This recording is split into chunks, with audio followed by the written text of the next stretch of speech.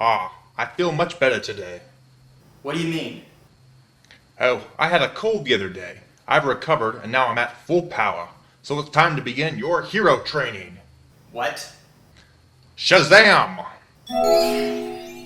Now you're a wizard to play Wizardry. You didn't turn me into a wizard. You turned me into a frickin' dollar store. Now give me my clothes back. Not until you play Wizardry. I played Wizardry. It's one of the first computer RPGs I ever played. Did you beat it? No? Then it's time you do. Besides, look at the bright side of things. You're a wizard. You can cast the spells that make the peoples fall down. Really? Then die. Fire! But not in real life. Just in the game. Now play the damn game, and you'll get your clothes back.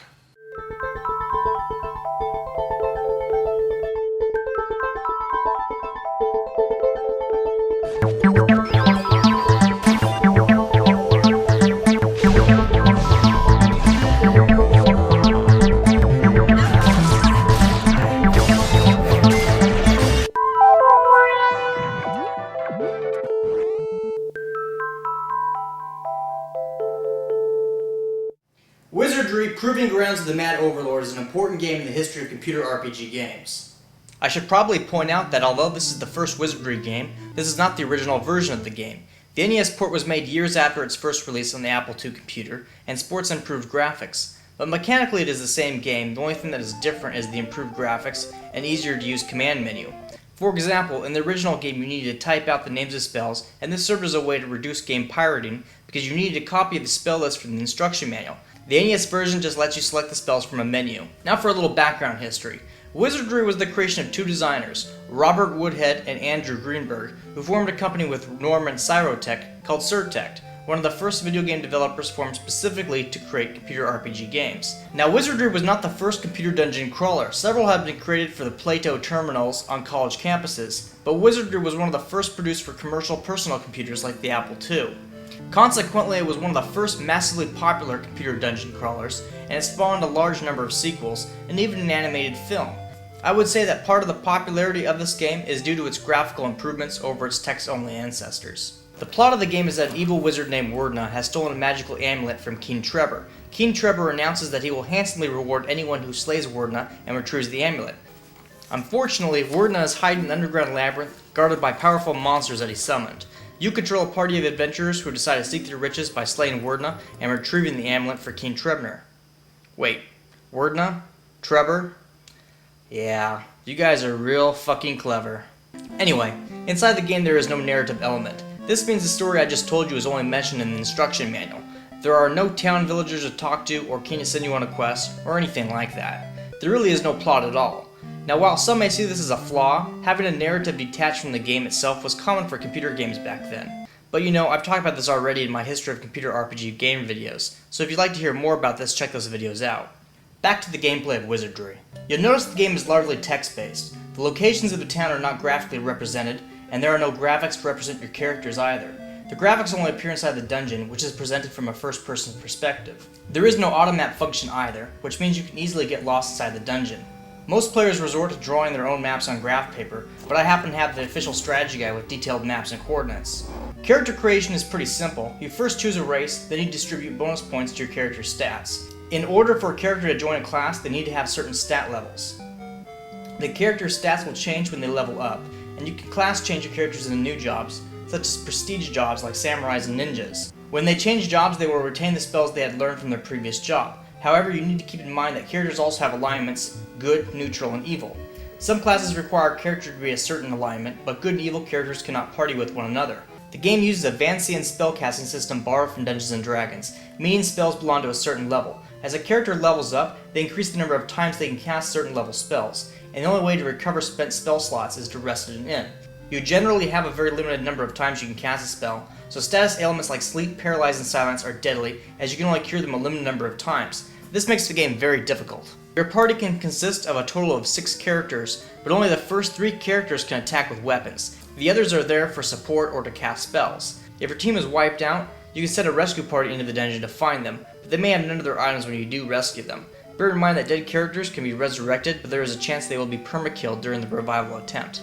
If that wasn't enough, characters in Wizardry have ages. Yeah, characters age in this game. If they go over 60 years old, their stats go down. If they become too old, they will permanently die. How do you like that? Spending weeks building an awesome character, only for them to turn into a freaking grandpa and keel over. Now, one of the very first things you need to do after creating characters is buy items for them. However, there is no in-game way to see what items do. For that, you need the strategy guide. This is something I really need to stress because many items are cursed, so if you put them on your non-evil characters, they will be penalized. I will point out that the official strategy guide neglects to tell you how much damage weapons deal. For that, I'm having to turn to game FAQs, and looking at their stats, I can see that the cost of items has been chosen arbitrarily, because there are items with poor stats worth much more than cheaper items that have better stats. I'm pretty sure these items are just here to be sold at the shop, so basically the roots of the vendor trash concept used by massively multiplayer online game economies harkens back to Wizardry.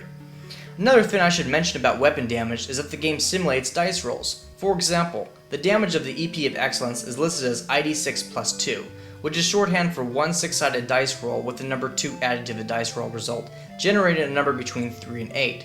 So this means each blow with the sword deals 3 to 8 damage points. This concept is taken straight from D&D, and I'm explaining this because I think most computer gamers today are completely unfamiliar with D&D, and the FAQs for this game do not mention what the dice rolls mean. Also, just like in Advanced Dungeons & Dragons, armor class is reduced by equipping armor, and you want to lower armor class value to avoid taking blows. This mechanic isn't very intuitive, so again, those unfamiliar with Dungeons & Dragons could be left confused when they put on armor and see their armor class went into the negatives. Most defeated enemies will leave a treasure chest, but I promise you that every chest in this goddamn game is booby-trapped. If you don't have a thief of high agility, you're gonna get your ass handed to you. Damn it, Musashi, you're taking way too much frickin' damage. You're not living up to your name at all. From now on, you shall be known as Titus, because it's a more appropriate name for a wuss like you. Occasionally you'll come across monsters that don't want to fight you, but I say fuck them. If you were weaker, they would have killed you, right? Well, if you pick on the weak, your alignment will change from good to evil. And if you don't fight them, your alignment can change from evil to good. So what does this matter? Well, the best items in the game can only be used by evil characters, but some of the prestige jobs can only be obtained when the character is good. So you need to manipulate this part of the game to build the best party. Now, the most effective way to level in this game is to grind on Murphy's Ghost, a monster found on the first floor of the dungeon. It's pretty easy to do so, and you can just keep resetting the encounter. The problem is that it's just really massively freaking boring.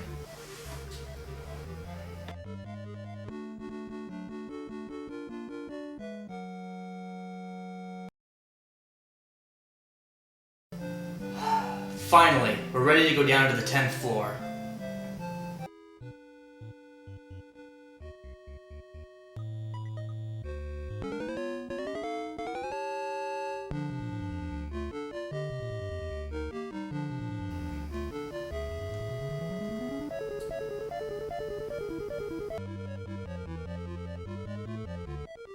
Damn it, this floor is really hard. I'm gonna have to teleport back up to the end. Make sure you get your coordinates right. Malor is a really hard spell to use. Hey, I know how to read a map, okay? I know how to do this. Okay. Damn it, that's a freaking rock? That's not a rock? That's not a rock? You are not a very good wizard. Are you ready to give up now? Fuck that, I'm gonna beat this fucking game. You know what? I'm confident that I could do this all over again. I'd get all the keys, re-level my guys, get my gear, get my money, all that shit, and then go down to the floor and fight Wurna. But you know what would probably happen? I'd probably teleport to another goddamn wall again. So I'm gonna Game Genie this shit on a fucking emulator. Because my fucking Game Genie doesn't work in my NES. You're a quitter. Until you beat this game properly, you will never be worthy of wielding me as a true hero. I am completely okay with that. You're not allowed to be a wizard anymore.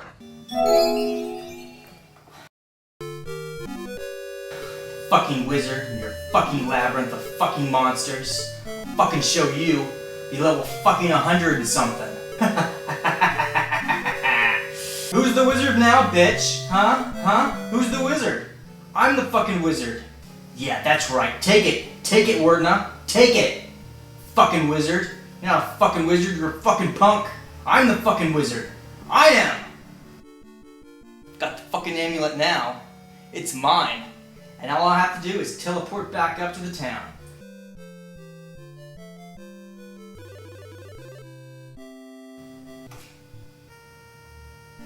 But it's 00 floor 1! 00 floor 1! There's nothing there But the fucking stairs! Ha ha!